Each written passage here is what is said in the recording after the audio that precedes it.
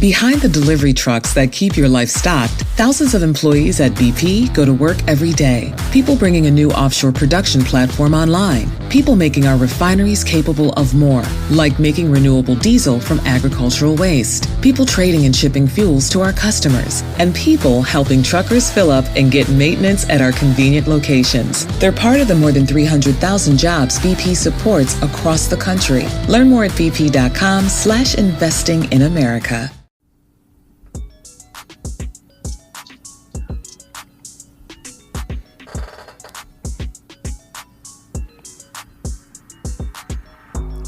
All right, it's Coyote Mosley of HBCU Legends. I'm here with Coach Darryl Steward, and we're about to break down week 12, championship week in HBCU football. What's going on, Cole? How you doing, Mr. Mosley, on this great Sunday morning, sir? Yeah, beautiful Sunday morning. We had some great games in HBCU football. We're going to talk about that. We're going to talk about some upsets as well. Ooh, big upset that happened.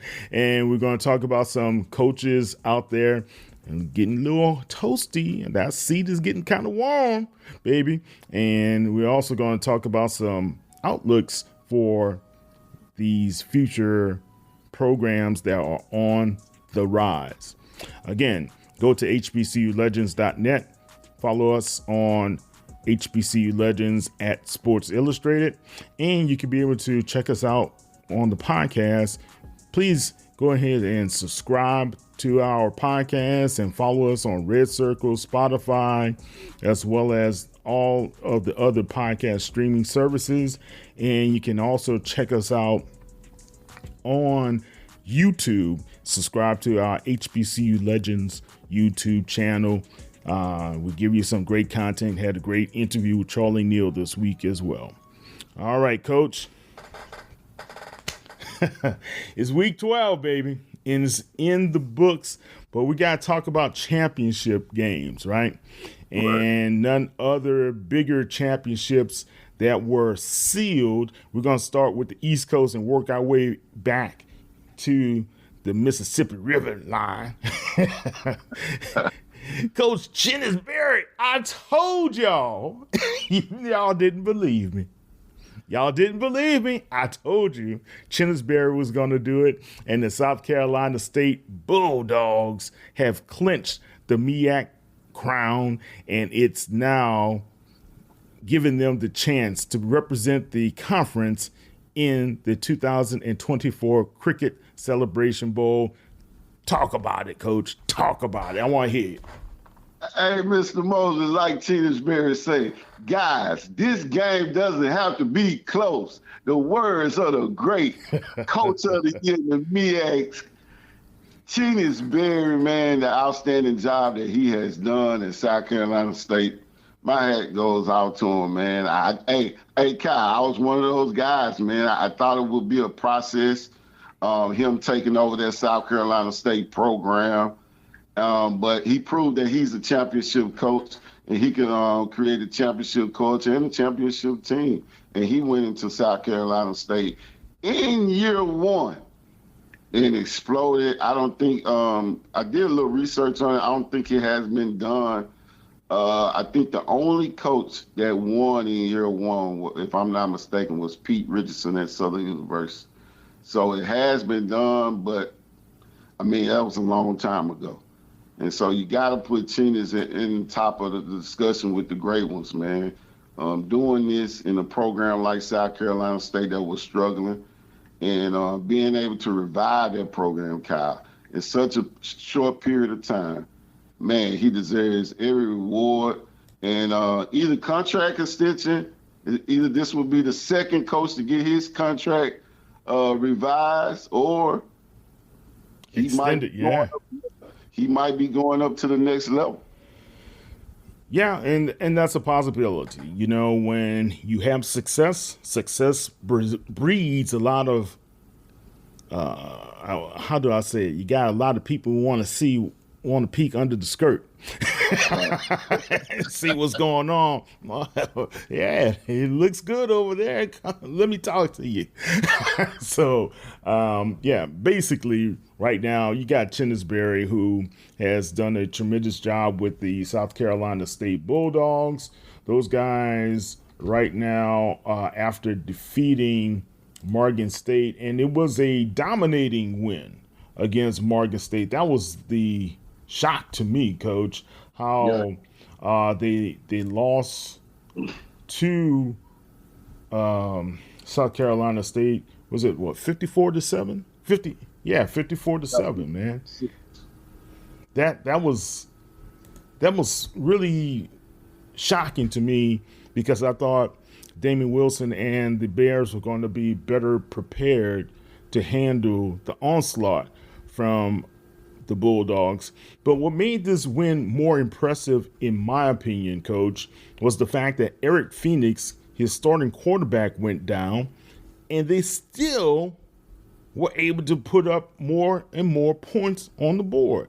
Talk about that, having your starting quarterback go down in a clinching game to do what they were able to do.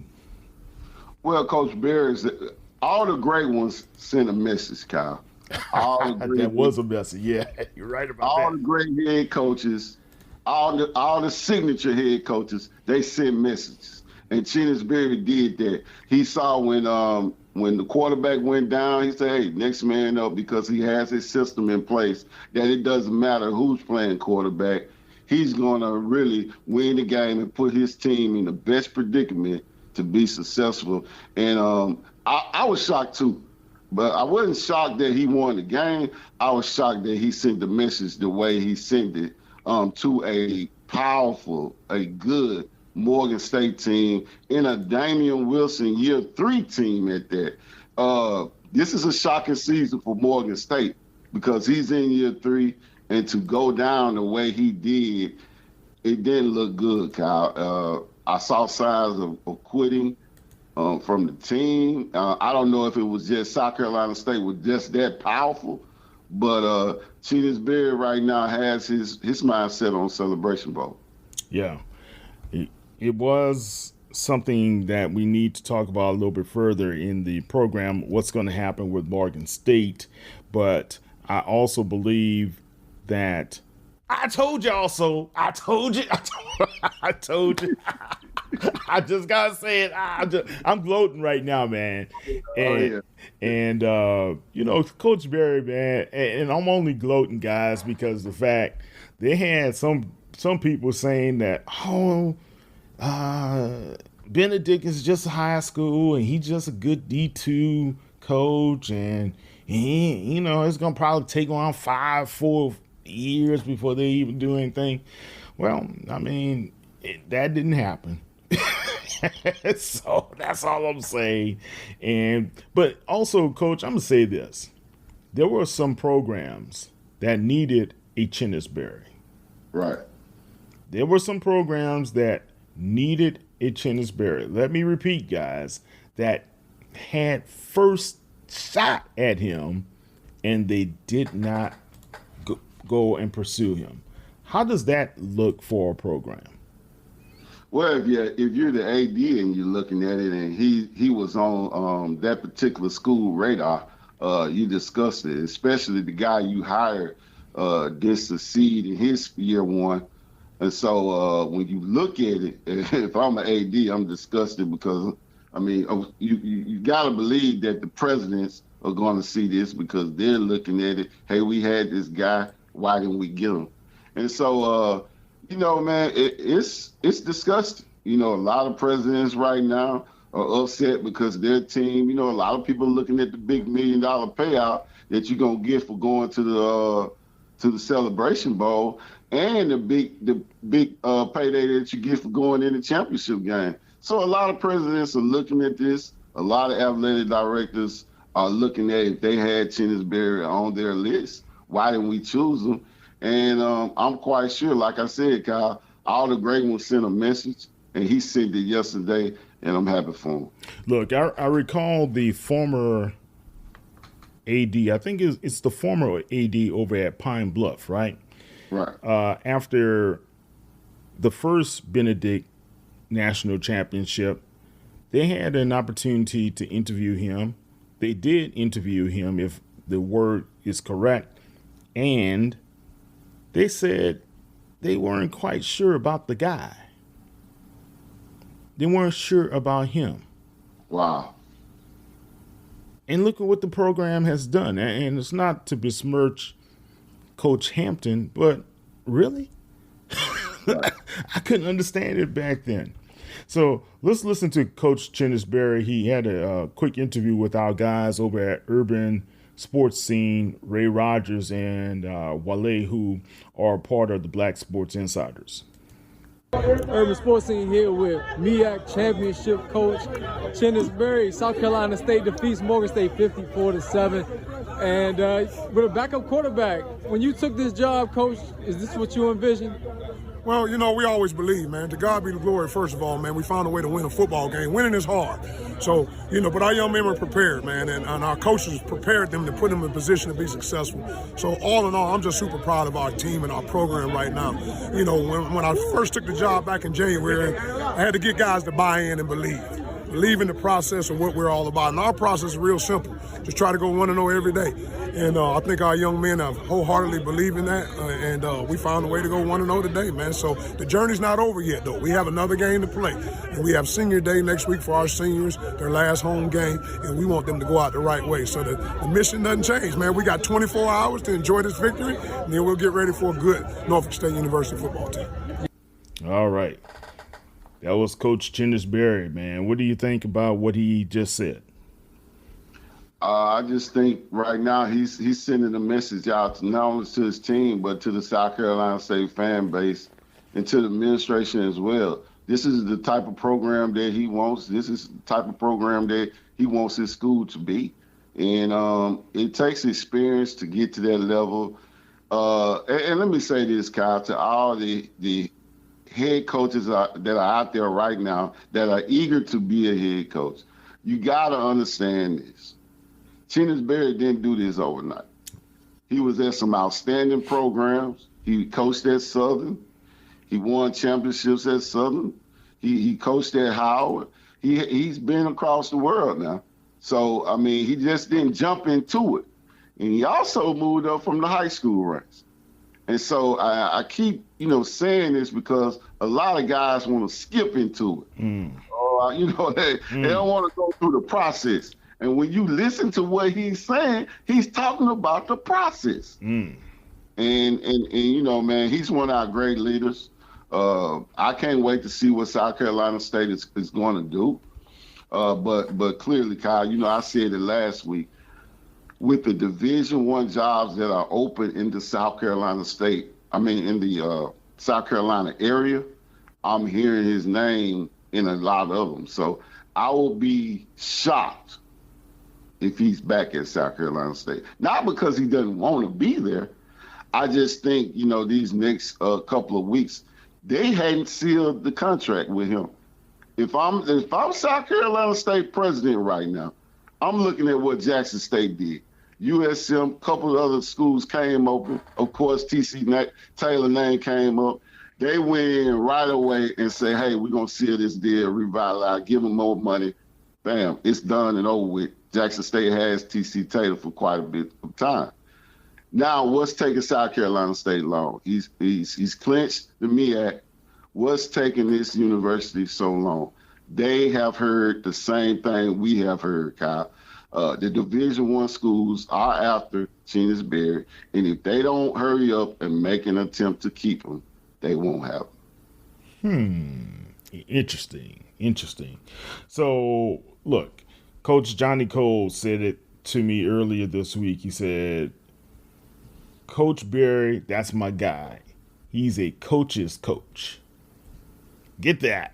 Now, I'll play it just a player's coach. He's a coach's coach.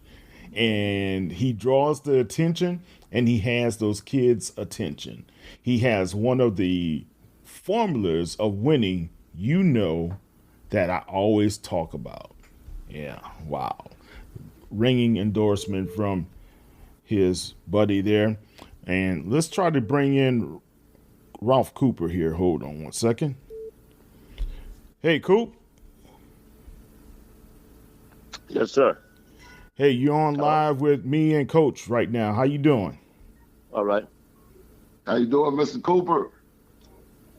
It's Sunday morning. You're going to make me lose my religion. I told you to call me Ralph.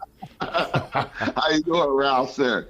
Hey, Jesus well, man. Jesus well, man. It's Sunday morning. Don't come in with a great attitude. Well, I'm like Chris Dishman now. We're trying to, Oh, my God. trying to tell you about that.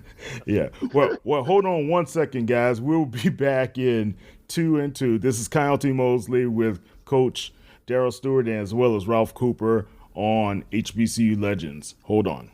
I'm Coyote Mosley of HBCU Legends. I love rooting for the underdog, and this underdog you will love playing because they give you the advantage to win. Join the other 5 million happy players who have won over $2 billion on Underdog because it's so easy to be able to cash in on all of your favorite athletes' performances. Compete against other players just by selecting higher or lower on 2 or more player stats, and you can win up to 1,000 times your money. For example, 2 of our favorite Heisman hopefuls who are also HBCU alums are Travis Hunter and Shador Sanders. Let's say Shador racks up higher than 2 passing touchdowns next week, we win. Let's say Travis gets lower than 2 touchdown receptions, we win. So just cook up the entries the way you want it to be and win real cash prizes all football season long. Underdog is the best place to play like a champion. You get to be able to download the app today, use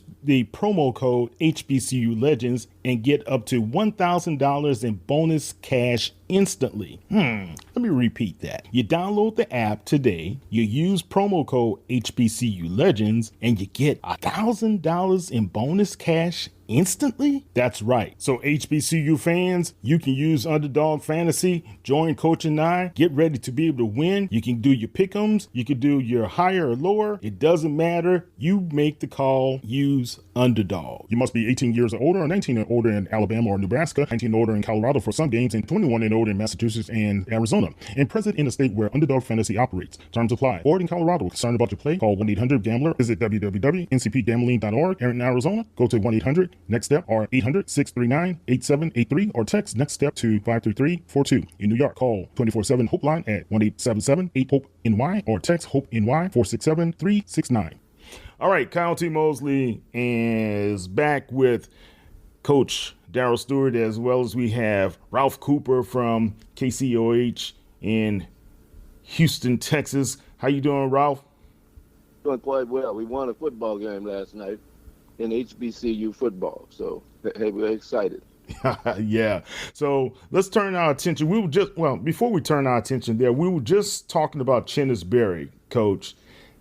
And Coach was saying to me that, he's the guy that has transformed that program over at South Carolina State. Do you think other programs missed it in evaluating Chennis for their programs? Well, it's like life, period. People underestimate people all the time. And the coaching industry or business is no stranger to that. And I think that's what happened. Here was a guy who, without a doubt, was the number 1 black college candidate out there last year. And a number of universities dropped the football by not even calling him or bringing him in for a personal, a one-on-one interview on the campuses. So, hopefully that would not happen in the future, but history shows that will repeat. People always underestimate people.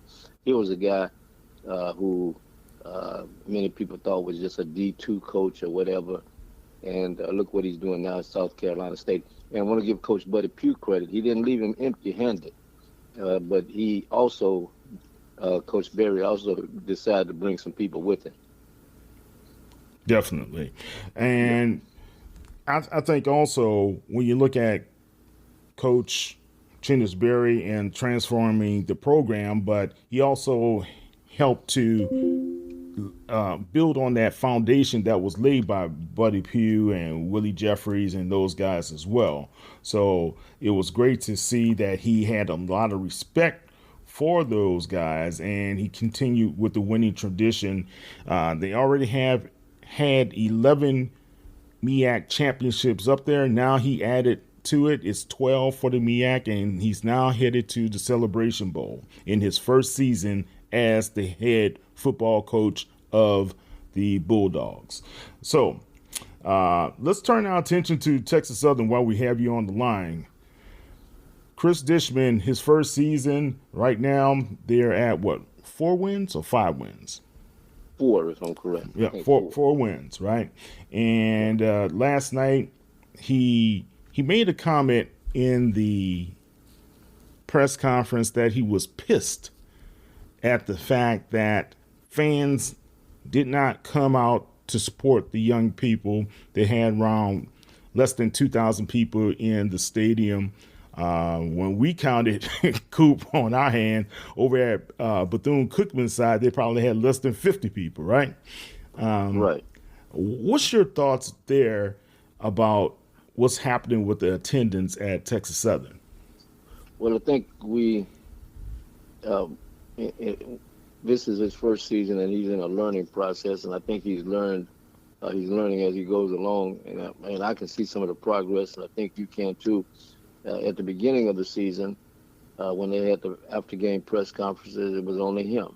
When the season started, when they had the preseason press conference, again, it was only him representing the university and not any of the players. Last night, there were 3 players that he decided to bring into the press conference with him. Their names and their personalities were demonstrated last night at a high level. Yeah. And I think that's what it's going to take. See, back in the day, people knew who the players were. See, they've gotten away from that. You can build a program around coaches, of course, but you've got people come to see the players. They come to see who's going to make the great tackles or hits and make the great catches or throws. And I think that will help in the future with more help in regards to their marketing department on the campus. In regards to athletics. Okay. Coach, any comments? Yeah, I agree with Mr. Cooper to a certain extent, but I kind of disagree with him because, I've been in this thing a long time, and the coaches do matter. You have to be able to go. A city like Houston, you have to be able to gravitate and get the fans in. You got a lot of great communities out there, and they got to be sold on the coach. And this is not nothing knocking against Coach Dishman's coaching experience, but it's just the right fit for that particular program. And they need fans. In some kind of way, A.D. Granger, the president, and Coach Dishman need to put a marketing plan together because Texas Southern has, 9,000, 10,000 students. It's no way they shouldn't have 5,000 fans at the game. So clearly it's a problem there. I think they need to go back and regroup in the offseason. I thought for year 1, I thought Coach Dishman did an outstanding job. But that doesn't mean he's the right fit from a financial standpoint for that particular situation. And I just think right now the pressure is not only on A.D. Granger, but on the president out there as well, because when you don't have fans at the game, you can't pay bills. Well, and I agree with you, but this is where we disagree. Like you, I have a little history in this also. Eddie Robinson didn't come to press conferences butt naked. When I say butt naked, he would bring players with him to the press conferences. That's 50 years ago, and what I'm talking about, and people knew who the players were. They knew who all the White and all these guys were back in the day, and what has happened. We've gone through a football season right now. You've been following college football, black college football all season, just like I have. And we have to think for a moment to name the names of 5 players.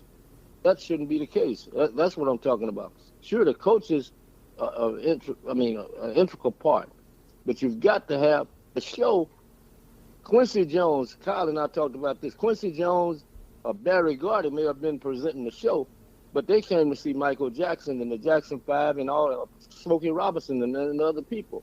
And that's what you have to do now. The people in Houston have trouble getting the names of the players. If we don't call them out on the radio, they're not getting that information. And Kyle saw something last night. One of the young men came up with a line, and Coach Dishwood always talks about how he lets his players make decisions and decide to do things, etc. One of the players came up with the line, the dish era. That's catchy. Right. See, that's what I'm talking about. See, we don't have, that's not going, but see, the people we're talking about that came to the games 50 years ago are in chairs 10 feet below. The youngsters are the key.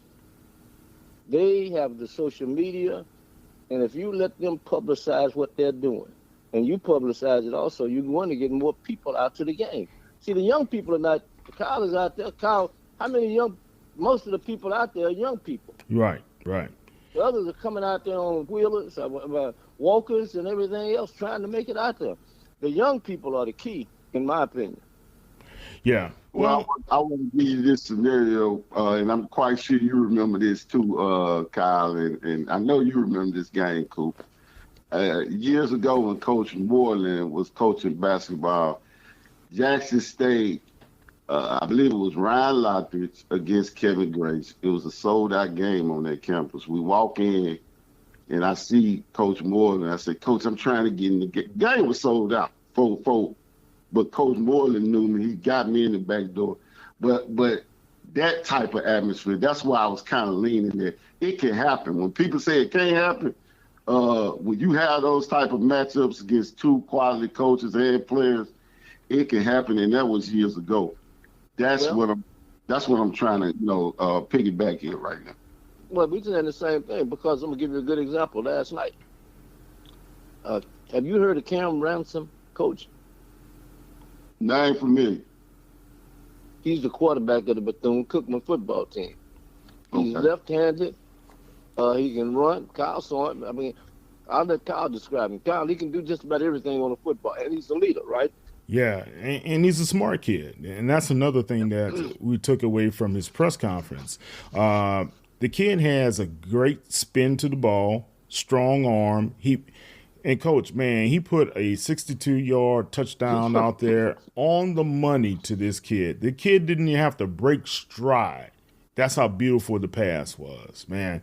So, and Coach Woody spoke highly of his quarterback. He said he was injured last year, but he's progressing, and he sees great things for this young guy. So those are the things. From Lakewood, Florida. Lakeland, Florida. Yeah. So he's a great young guy. So, but also I'm going to say this because we've been at these games, Coop, for the past 4 seasons, whereas you and me are the only consistent media that's there. Now this year, Kim Davis, she was there as well, but we're the only consistent media there. And Madai, we have to hustle. This is where I'm coming from. Madai Torrance, the center, Xavier Allen, the safety, and I know Jaron Johnson because I interviewed him before the season. The tight end, he was their wide receiver and leading wide receiver, if I'm not mistaken, from a previous year before he got injured. But we had no idea, Coach, who these kids were. And see, the other thing, Coach, going back to add to what you're talking about, Ransom wouldn't have been in. Ransom wasn't on the schedule to be in the press conference. And I'm not. Sometimes we have to toot our own horn. I'm the one asked the marketing or PR guy, whatever, from Bethune-Cookman, could he get him could he bring him into the press conference room after his coach spoke, which he did do. But we had you had at least one person who was reluctant about bringing him in there. I'm not talking about Bethune-Cookman. I'm talking about the press conference. One of the school officials wanted to end the press conference. Am I right, Kyle? Yeah, the Texas Southern guy. This kid comes in and does a great job, not only selling himself, but the Bethune-Cookman program. And he talked about what he was majoring in and what he hoped to do and all that kind of stuff, all thanks to about 15 extra minutes. Yeah. Although you had someone ready to get out of the building. Yeah. Okay. What Kyle, I want to ask you and Coop last question before you move on. And this is why I say coaching is very important part of it, not just from a Texas Southern standpoint and a Prairie View standpoint, but going into the scouting meeting last night, I had no idea that Cameron Ward, the quarterback for University of Miami, that's in the top 5 quarterback list, is from the state of Texas. And I just can't see, how do you let a kid like this out of the state of Texas to go to 2 or 3 schools? Yeah, which I had he was what? Never mentioned it to me, and I was like, I didn't know that. Yeah, well, he was what? Check on Milrow. Tell me how that happened. Check on Milrow at Alabama, where he's from. Money. They get paid. They're getting paid. They've been getting paid all the time, but now it's legal. And they go with the money. And see, we've got in my opinion, we have so many young potential good college quarterbacks in high school football here. You're going to lose some because there's so many of them. What do we got? About 300 or 400 high schools right around here in the Houston area. Yeah, right. I mean, you talk about, it's really the population dense with talent, right? And but these big programs from outside look at Texas as a great recruiting breeding ground for them to be able to pick and choose the best of the talent. So it happens, man. It happens. Last thing, Coop, and you can clarify this. Coach and I were wondering, when it comes to Texas Southern playing at Shell Energy Stadium, do they have to pay to be able to play in that stadium? No. Their deal, if I'm correct, they are not paying to play in there. Plus, the other thing that many people don't know, that they, from what I've been told, that they don't take advantage of, they have free dates to use the stadium for other activities. Say if you wanted to do a Beyonce concert, and the date fell at the right time, and her schedule fell at the right time, you can do that type of thing. So of course you would have to cut the people. You have to cut the people in regards to people working there and that type of stuff. But no, they don't have to pay. But to keep the lights on, the auxiliaries, the facilities, concessions, and things to that nature, do they have to come out of their pocket? Coming out of the ticket sales, yes. Out of the ticket sales, okay. Yeah. So they have a real good deal, because you have to remember, the stadium wouldn't have been built without it.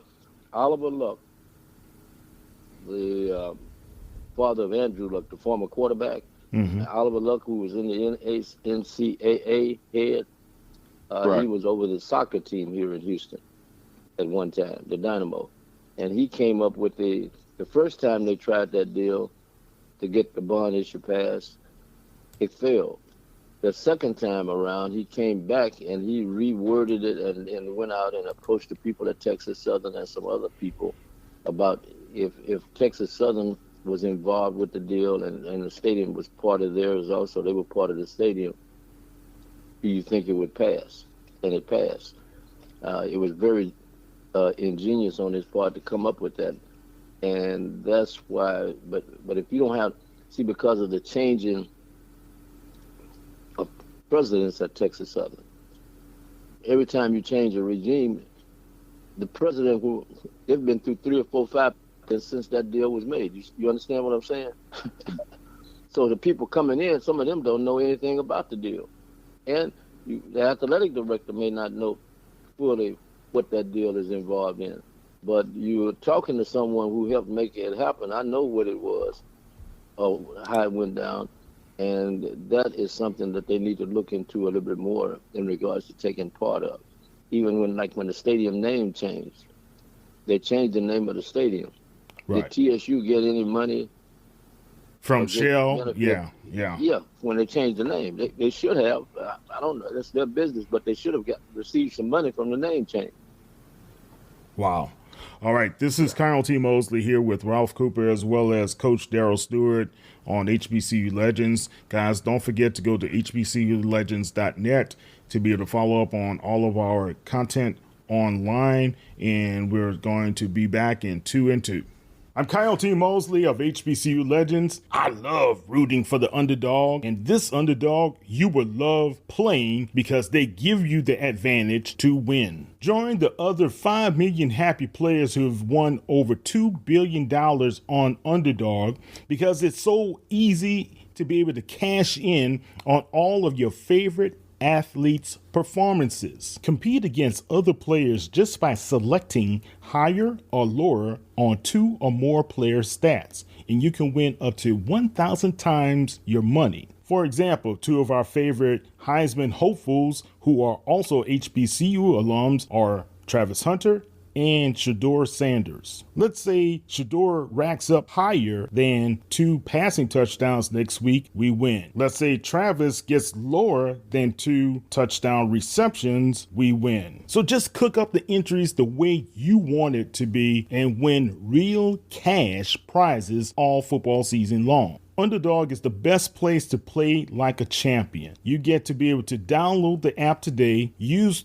the promo code HBCU Legends, and get up to $1,000 in bonus cash instantly. Let me repeat that. You download the app today, you use promo code HBCU Legends, and you get $1,000 in bonus cash instantly? That's right. So HBCU fans, you can use Underdog Fantasy, join Coach and I, get ready to be able to win. You can do your pick'ems, you can do your higher or lower. It doesn't matter. You make the call, use Underdog. You must be 18 years or older, or 19 and older in Alabama or Nebraska, 19 and older in Colorado for some games, and 21 and older in Massachusetts and Arizona, and present in a state where Underdog Fantasy operates. Terms apply. Or in Colorado, concerned about your play, call 1-800-GAMBLER. Visit www.ncpgambling.org. And in Arizona, go to 1-800-NEXT STEP or 800-639-8783 or text Next Step to 53342. In New York, call 24/7 Hope Line at 1-877-8-HOPE-NY or text HOPE-NY 467-369. All right, I'm here with Coach Darryl Steward as well as Ralph Cooper as our guest today. Coop and Coach, man, so we've been talking about what happened in the MEAC. Now let's turn our attention to the SWAC, where we have Jackson State. They have clinched the East Division, and Southern University clinched the West Division. First, let's talk about what happened with Southern University. Coach Graves, his first season as the head coach, he is now a division winner and is going to compete for the SWAC championship. Coach, you know them very well. What's happening over with the Jaguars? Well, Jaguar Mania is in effect right now. It started last night, the after party. The city was electrified, and you got to also give Coach Graves credit. He did it in year 1 as well. As the head coach of the Southern Jaguars, I thought he did an outstanding job. Number 1, he had a great staff. Coach Todney and Coach Fred McNair, those guys came in and really, you can see a difference, and you can see why Southern won in year 1.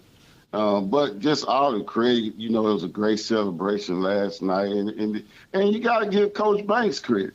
A lot of people didn't want him to do this, but he went in and he did his self-assessment of he went in and got some more money to get. Behind every BP fill-up, thousands of people across America go to work every day. People producing energy offshore. People turning it into products at our refineries. People doing R&D to make products that are better for your engine. People trading and shipping fuels to their destinations. And the people who help you at one of BP's growing family of retail stations.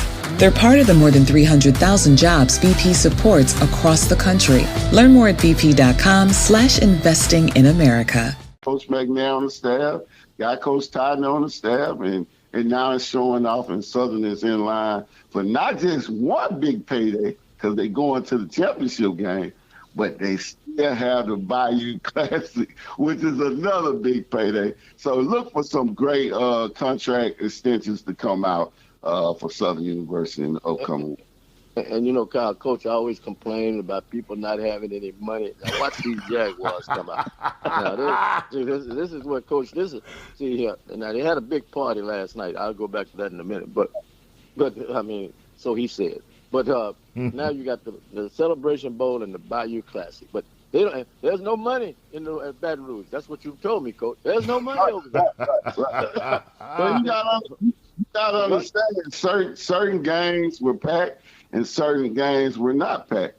But when you're on the championship status, of course, it's in the lovely city of New Orleans, Louisiana, and the Bayou Classic, you can throw the record books out the way.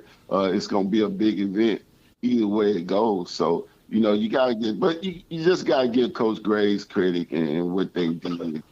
And I agree with you. But you're talking about Atlanta and you're talking about New Orleans, right? Right. And the party was in. What do you call? You said you had a great party last night. Now you kept emphasizing. What do you call a great party in 2024? Well, from a football standpoint, a few hors d'oeuvres and a few shots. So what's a good party? They were in the streets partying, or what was going on? Well, no, a couple of venues made money last night. All the restaurants were packed. You know, you're not going to make that on any other regular weekend. And so that's what I call a great party, when you see everybody makes money and when you see how every not only team, but city and culture wants a winner and the benefits that come from a winner. You see what I'm saying? You got to understand the benefits that come from a winner, not a loser, Mr. Cooper. Right. Well, you call me Ralph. But see, I go back to you, Coach. What did you eat free last night and drink free? I know you were somewhere. What you last night? Why you always think I got to get it free, man? Coach, you're a celebrity, Coach. Hey, it was some good gumbo out last night. I ate a lot of catfish, though. So. See what I'm talking about, Kyle? He held that out on us. Yeah. He didn't want to share. Let's listen to Coach Graves right quick. Okay. It's a blessing, and it shows that if you stay faithful, you trust and believe, he'll work it out for you. And then it just says 32 years, and I've heard all the he don't have any experience, and all his experiences at HBCUs, or he's not a celebrity, he's not this, he's not that. I'm a football coach, and I'm a winning football coach. And I said that, and I stand on that. I got 9 championship rings, and I put them up against anybody. And I know that I'm prepared, and this is my calling. So that's how I feel. I feel really good. And I thank the board, the administration, Coach A.D. Banks, and everybody that has faith in me to lead this football program. All right. What do you think about his comments, guys? Well, I had trouble picking them up. Basically, the bottom line, he said, I'm a football coach, and I'm a winning football coach, and I stand on that, and we can't question him any longer, right? 32 years being an assistant, all these times, and now he's a winner. And you know the great thing about this, you got 2 great coaches, in my opinion, 2 up-and-coming great coaches, in my opinion, and he and Coach T.C. Taylor. I think that's really good for the conference that they're going to have this big battle. That game will be in Jackson, if I'm correct, right? Yes. On December 7th. Yes. That's really huge. Coach Prime came in and took that program up to another notch, and Coach Taylor has kept it on that level, and to have them 2 going against each other in the championship game, one a first-year coach and the other one a second-year coach, right? Correct. This is his second year, right? Right. That's huge in my opinion. I'm picking Jackson State. I'm riding with Coach. I don't care what these Jaguars, what kind of gumbo they're serving, shots they're giving away, Coach. I know you got an alliance there. You've sucked up all that gumbo and everything else.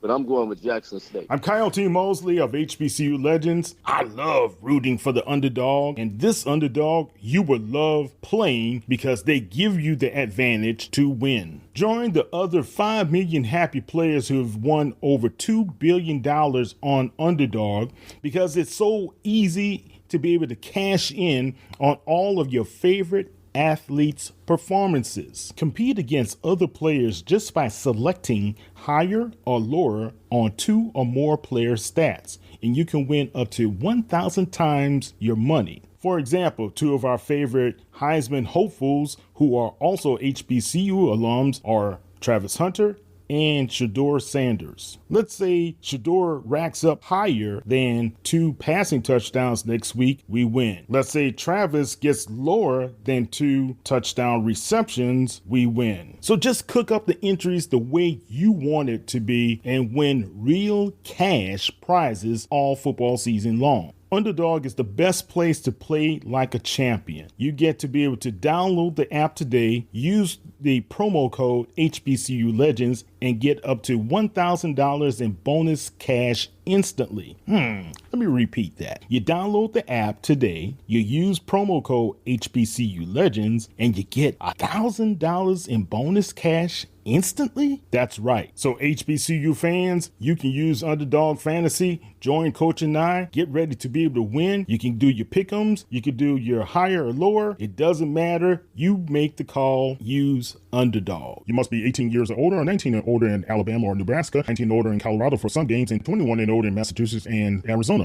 and present in a state where Underdog Fantasy operates. Terms apply. Or in Colorado, concerned about your play, call 1-800-GAMBLER. Visit www.ncpgambling.org. And in Arizona, go to 1-800-NEXT STEP or 800-639-8783 or text NEXT STEP to 53342. In New York, call 24/7 Hope Line at 1-877-8-HOPE-NY or text HOPE-NY 467-369.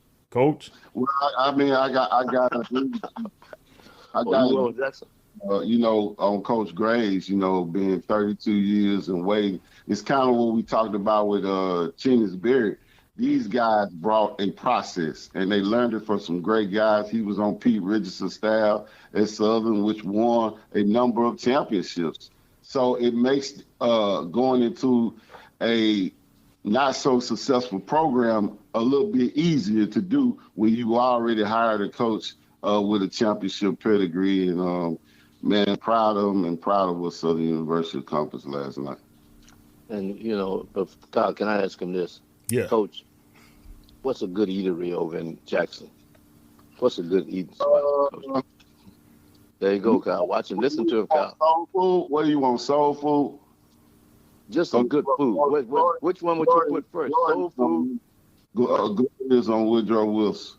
If you want soul food, if you want you a good burger, go to Stamp Burgers beside Jackson State University. Just ask for Stamp Burgers. And if you want some good catfish, Valley Street Catfish on Holland Street. Man, you go get some whole catfish with some good French fries, fried hard or fried soft, whichever way you like it. They do a great job over there. He needs to be on the food channel, Coach. Kyle, we need to get him on the food channel. Coach, they need to be paying you for these plugs, man. That's what they need to be doing. A whole cat, well, they are. Kyle, don't worry about him. He's being taken care of. All right, let's move on, man. So Jackson State wins. Now Jackson State, second year coach. He's in with his team. They were celebrating. Your boy Coop Ashley, he was right in the midst of everything. Well, he should be. And it was great to see how Jackson State won that game. But here's the caveat. It was an ugly brawl once again in HBCU football. The third major brawl that we have had in 1 week's time. First, the Florida A&M as well as PV brawl. Then you had the NCCU Howard brawl, and now the Jackson State Alabama State brawl. What's your opinion, Coach, on what's happening with these young people? Well, it's two people that you have to hold accountable. Well, when you look at the SWAC referees, I've heard that, they're complaining about the money that they're getting. Referees are getting paid serious top dollar now. And so you can kind of see a lot of these games getting out of control. And the second part of it is the coaching staff. You would hate. I know Coach Taylor's getting his team and talking about character issues before the game. He doesn't condone that. But I got to look at, Eddie Robinson and his second time that this has happened. It happened one time with Coach Prime, and now it happened with Coach Taylor. And so it's kind of a trend. And so you best believe the commissioner is going to look at this. Coaches are going to get fines, maybe some teams getting fined. But we have to stop this and don't be a sore loser. Take your whooping, shake hands, and move on to the next game. We just can't condone this in HBCU football, but we got to put a stop to it because, like I said, it's getting out of hand. So I think the commissioner is going to send a heavy message this week. Yeah. Well, Coop, you have seen this before, but you also seen it on the high school level as well, right? Right. And on the high school level, I saw two schools get a harsh punishment. One player was not, and I think you hate to see them take the sport away, the athletics away from a student who's doing well in the classroom and doing well on the field, but for a few moments they lose their control and they go berserk on a football field, not even listening to their coaches. So in one case, you had one kid, he was suspended not only for the remainder of the football season, but not allowed to play any other athletics, track and field, basketball, or anything. And then you had another team, their two best players were suspended. In that particular game, you had 23 players suspended all total at one time. But we go back to the college scene now, I'm like, Coach, the coaches have to get a better control of their players. And if your players don't understand what could happen to their team when some of the key players are suspended because you decided to lose your temper for a few moments. For an example, after those strong penalties that were dished out here in Houston in high school, an incident came up where it looked like another fight was about to erupt. Guess what all the players on one team did? What? Sit out on the sideline. Sit out on that sideline on that side of the field. They didn't participate. You see what I'm saying? Right. Although they were being edged on by the other team, they decided not to do that. So we go back to the colleges. Now, they've issued out, I think, $25,000 fines. I think the commissioner has of the SWAC. And I think that helped, but I think that's too light. I think if you really want to get the message across, go 6 digits on them, and maybe suspend some players for the remainder of the season, and that'll curtail that, because there's really no place for that. And then the way it's going, we're talking about just a fight right now. It could turn into something nastier. Well, and that's what concerned me. If you looked at the video from the Alabama State, Jackson State, as well as the NCCU and Howard fights, they had coaches that were trying their best to stop the interaction and the melee, right? Right. I saw one coach being tossed to the ground by his team. By a Jackson State player. Oh, yeah. Alabama State coach was tossed to the ground. You could tell he was in all black. And I'm thinking, what is going on here? There's no respect. Then they had another coach from Alabama State was pulling the arm of a defensive back and trying to stop him. The young man snatched his arm and violently, if the coach didn't move, he was going to get knocked down. Okay. So I'm just saying right now the tensions are high, right? We have to know that going into these final games, a lot of these young people, Coach Eddie Robinson Jr. told me, he said, Kyle, a lot of these young people know one another. They grew up with one another. Right. And going back to the hood, when we lose, it's not good, and so getting that addressed firsthand, I thought Coach Robinson would have had dealt with it, but these young guys, after the game, they went right to one another and stood midfield waiting on the other, like, you better not celebrate here on our turf. And when Jackson State started celebrating, all heck broke loose. Yeah. But see, a lot of them, it goes back to what you all are saying, they don't have any discipline. And it's like they're on a short fuse, like a short stick of dynamite. Yeah. You know what I'm talking about? Yeah, and they're just waiting for something to ignite them, and you wouldn't believe that they were college students and doing well. We're not talking about any dumb people. Yeah. I mean, to be on the football field means you have to be passing in somebody's classroom. Yeah, definitely. And, but that temper thing seems to be getting more and more. But in my opinion, the commissioners, the fines are too small, in my opinion. Okay. I want to tell you guys this, because I do know the situation with Coach Prime that happened with Coach Robinson. A.D. Capel did a great job with that situation. But here again, like I said, this is Eddie Robinson's second time. I think A.D. Capel and the president of Alabama State going to look at this along with the commissioner. And I think it's going to be really, really hard on Alabama State to get out of it, simply because this is his second time under a different head coach. It's not Coach Prime this time. It's T.C. Taylor. And so you got to be able to get your team under control. I'm kind of like Coop. On the high school level, you don't get second chances in a brawl. Some associations fire the coach and the counselors. This is going to be a nasty situation because simply because this is Alabama State's second time doing this, and they're on their home field. They could have easily went to the dressing room.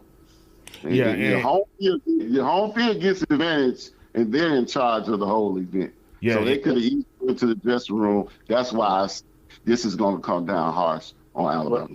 Well, that's why even in the high school, some high schools here, they've stopped. You know how the teams will shake hands at the end of the game? They've stopped doing that in some cases because of what we're talking about. They feel that because one team may not be able to deal with the loss, going out shaking the hands, and although this has been going on for years, I can't remember when it started or when it wasn't being done. But some are stopping it now because fights erupting on the field between the two teams, with one team being upset because they lost the game. But the other thing I think that will help is the control of the sidelines. You have too many people down on the sidelines. Some of those people don't need to be down on your sideline. I would hate, I've seen this happen all the time.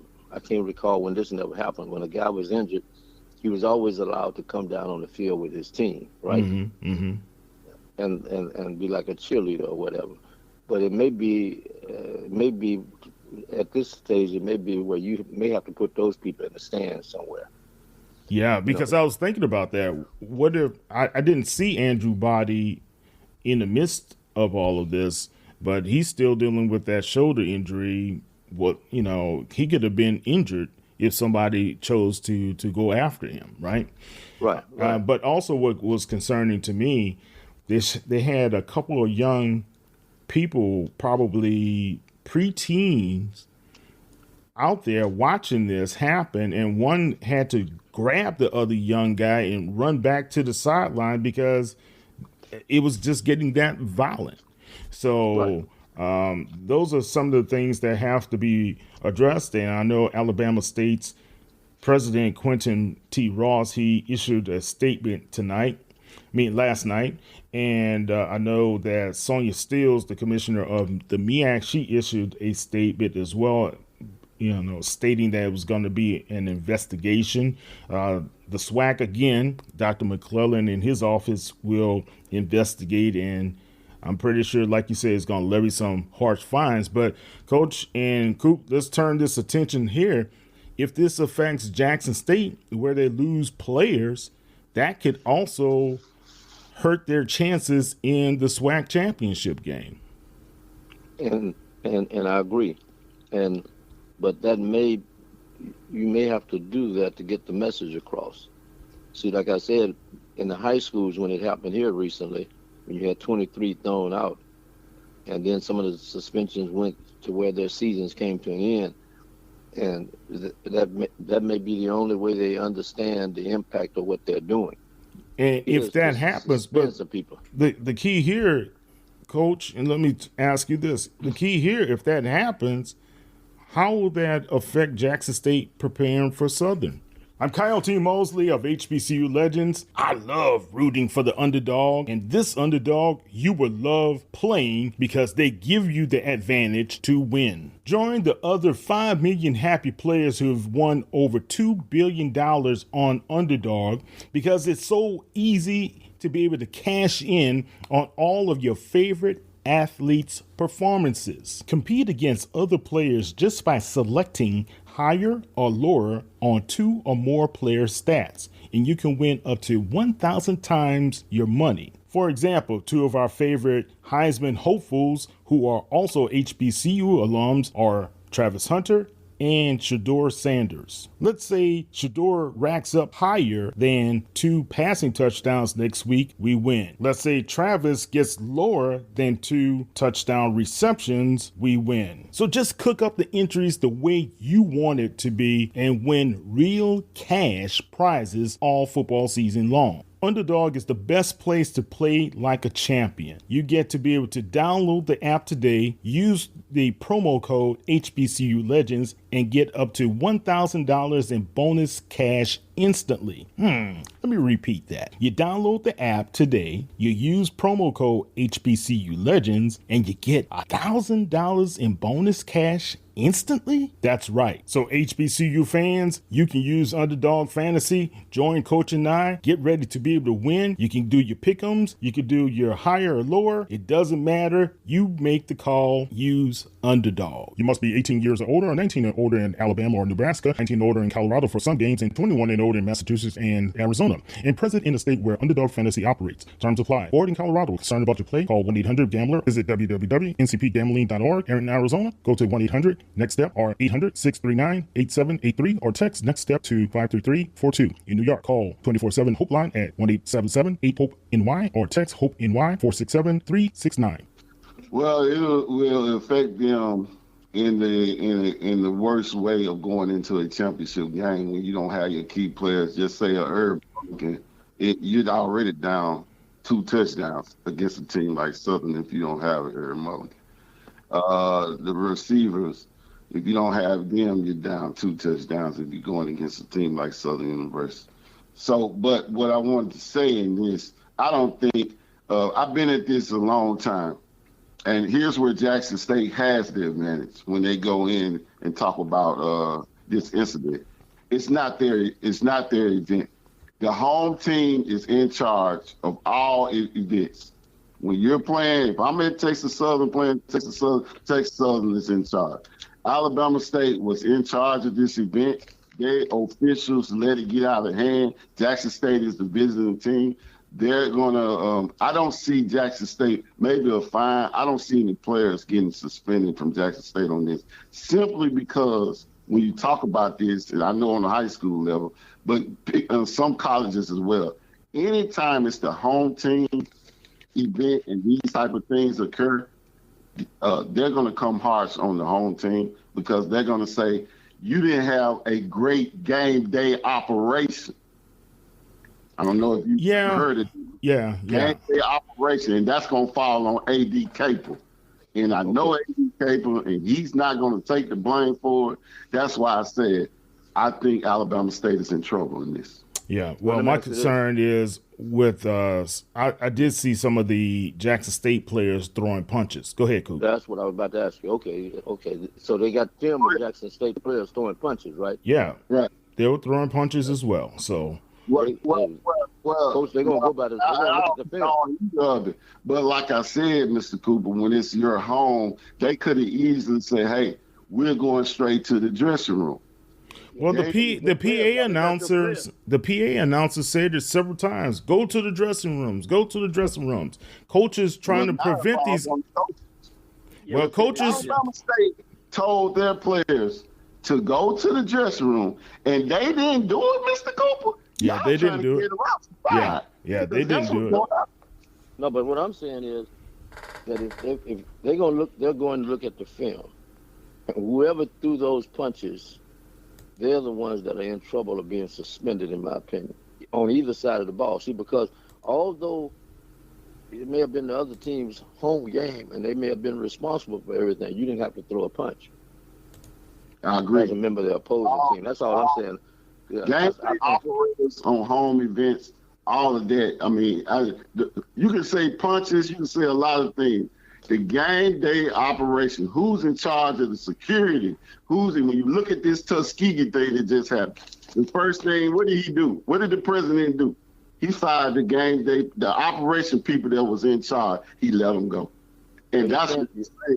It's going to come down. Now, if it was in Jackson, and Jackson did this, which the year before it was in Jackson, and I believe, hold on, Mr. Cooper, I believe Alabama State beat Jackson, and Coach Taylor went right over there, shook his hand, and said, "Great win." On homecoming, went to the dressing room. Ashley Robinson didn't have a fight that occurred. So why does Alabama State have to have a fight that occurred? No, but I understand what you're saying about the fight. But what I'm saying, if they've got film of those players throwing punches, because that's what they're going to look at. That's what the commissioner and whoever, the review board or whatever, before they make any decision, excuse me, they're going to look and see who was throwing punches. You didn't have to throw a punch, although you may have been in a hostile territory away from home playing football. You didn't have to punch. And that's all I'm saying. They're going to come after the players who actually participated in a combative way. Here again. Eddie Robinson went to Jackson last year and won the game in the vet. The game day operation people, the Jackson security, was on the field, did a great job. Those players shook hands and went to the dressing room. Okay, all right. They come back and do the same thing at Alabama State, and it goes in berserk. I think Alabama State is in trouble. I think the game day operation people. I think both of them in trouble.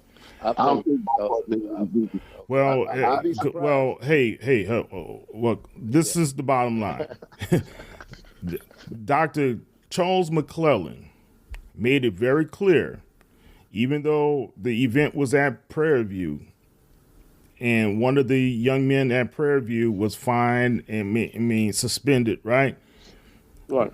One of the young men at FAMU, he was suspended as well. So Dr. McClellan looked at the video footage and everything else and made a determination that both should be suspended. And I think this is going to possibly be the same here as well. All right, let's move on, guys. We'll be back in 2 and 2. This is Kyle T. Mosley of HBCU Legends, and we're going to wrap up the show. All right, Kyle T. Mosley here with Ralph Cooper as well as Coach Darryl Steward. Coach, and let's talk about the SIAC championship game. That was a good one. Well, we thought it was going to be good. Miles took it to Clark Atlanta, took him to the woodshed, and they beat him pretty soundly. How do you feel about what's happening with the Miles program and Sam Shade? Shout out to the Miles administration, man, and shout out to my great friend, my high school brother, Sam Shade. I remember when we was coaching high school together in Alabama, did a great job on the high school level, worked his way up, and now he's at Miles, turning that program around. He's another big hot ticket on these schools' radar. He's gonna look for a great payday as well. And but the job that he's done at Miles, coming in from, because a lot of people say, he's a high school guy. Why hire a high school guy? And Miles did exactly what me and a couple other people say when you don't have the funds. They say, hey, we got $150,000 to pay a coach. We look for this, blah, blah, blah. But they found a great guy. And I just think right now that their program is on the rise. And I hope he would stay there. But don't know that situation. But he's another coach that's going to be on a lot of other schools' radar in the offseason. Okay, so Miles beat the Panthers 53-25, Coop, but Coach Keaton, he came from Allen, his first season over at Clark Atlanta. What does that say about that program, being able to get to the championship? Yeah, he did an excellent job also, and he did an excellent job in the people that he hired to work with him. What he had, the Cole brothers and several others, they're working with him. They took the talent that they had and some of the talent that that followed him from Allen over to Clark Atlanta, and they played some real good football this season, surprising a lot of people. Not winning the big game, but they made it to the championship game, and they should be commended for the job they've done. Now, one other thing I want to add, now there's been talk about the MEAC adding some teams. Mm-hmm. Are these teams potential teams that could go into the MEAC, in your opinions? I know Clark Atlanta has possibly the student population to be able to get there.